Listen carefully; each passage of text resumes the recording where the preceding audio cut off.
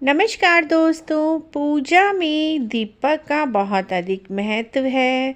हिंदू धर्म में कोई भी पूजा बिना दीपक जलाए नहीं की जाती।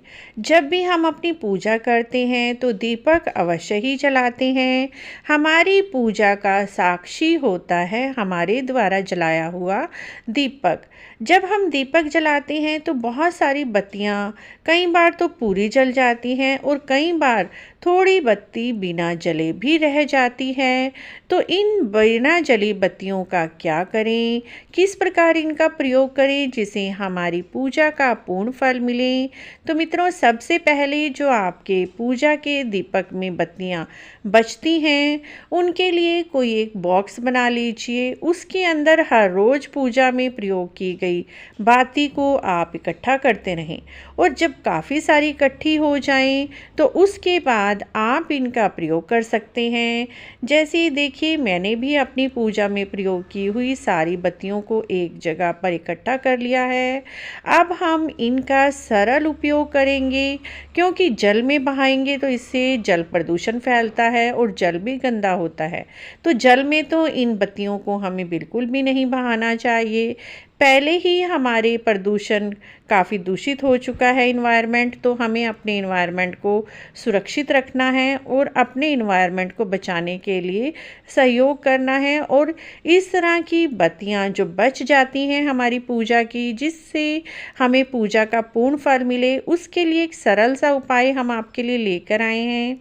ये देखिए, मैंने एक कढ़ाई ले ली है। इसमें मैंने मिट्टी लगा ली है ताकि मेरी कढ़ाई भी काली नहीं होगी जब मैं इन बत्तियों को जलाऊंगी। और उसके बाद जो मेरी सारी बत्तियां पूजा में प्रयोग की हुई हैं, ये मैं काफ़ी दिन की बत्तियां इकट्ठी कर रही थी और हमेशा मैं ऐसे ही करती हूँ। इसमें देखिए, फूल वगैरह भी पड़े हुए हैं जो मैंने पूजा में प्रयोग में लाए हुए थे। या तो फूलों को आप अपने गमले में भी दबा सकते हैं। अगर एक दो फूल इन बत्तियों के बीच में है तो कोई बात नहीं। उसके बाद मित्रों, हमें लेनी है कपूर की टिक्कियाँ।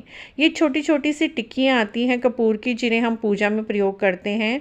इस एक टिक्की को पहले मैं तोड़कर डाल रही हूँ। अगर मुझे ज़रूरत पड़ेगी तो मैं दूसरी टिक्की भी डाल लूँगी। इस तरह से अपनी, या थोड़े से चीनी के दाने भी डाल सकते हैं। वैसे तो कपूर डालने से भी हमारी बत्तियाँ अच्छी तरह से जल जाएंगी और उसके बाद हम अपनी सारी बत्तियों को जला देंगे। इससे क्या होगा, एक तरह से छोटा सा हवन हो जाएगा। मैंने ये शाम के समय कर रही हूँ, संध्या बाती के समय, आप किसी भी समय कर सकते हैं। आप इस सब को ओपन में करें, चाहे तो आप अपने घर की छत पर कर लीजिए या घर से बाहर आकर ही कीजिए।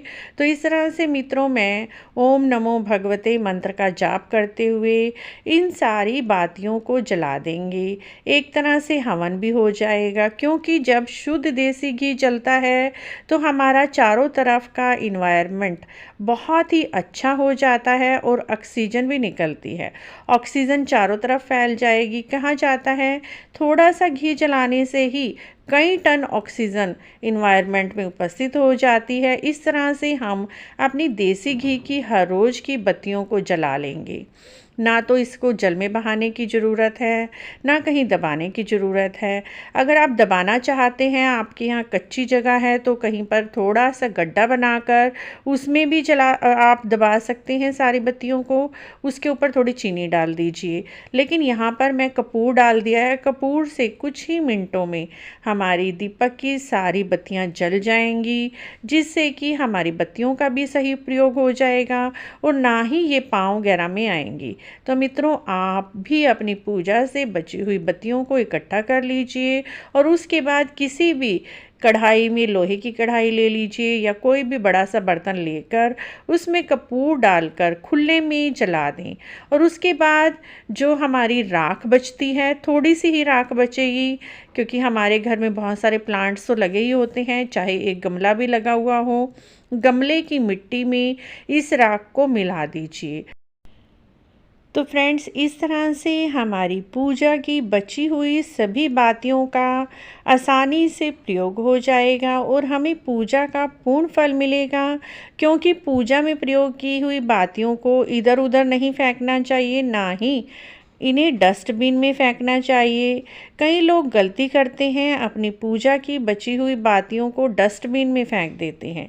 डस्टबिन में हमें बिल्कुल भी नहीं फेंकना चाहिए। आप इन्हें इकट्ठा कर लीजिए और जब ये काफ़ी सारी हो जाएं तो इसी तरह से आप खुले में जला दीजिए और उसकी राख को अपने प्लांट्स की मिट्टी में मिला दीजिए। इस तरह से आपकी बातियों का सही प्रयोग हो जाएगा और पूजा का भी आपको पूर्ण फल मिलेगा।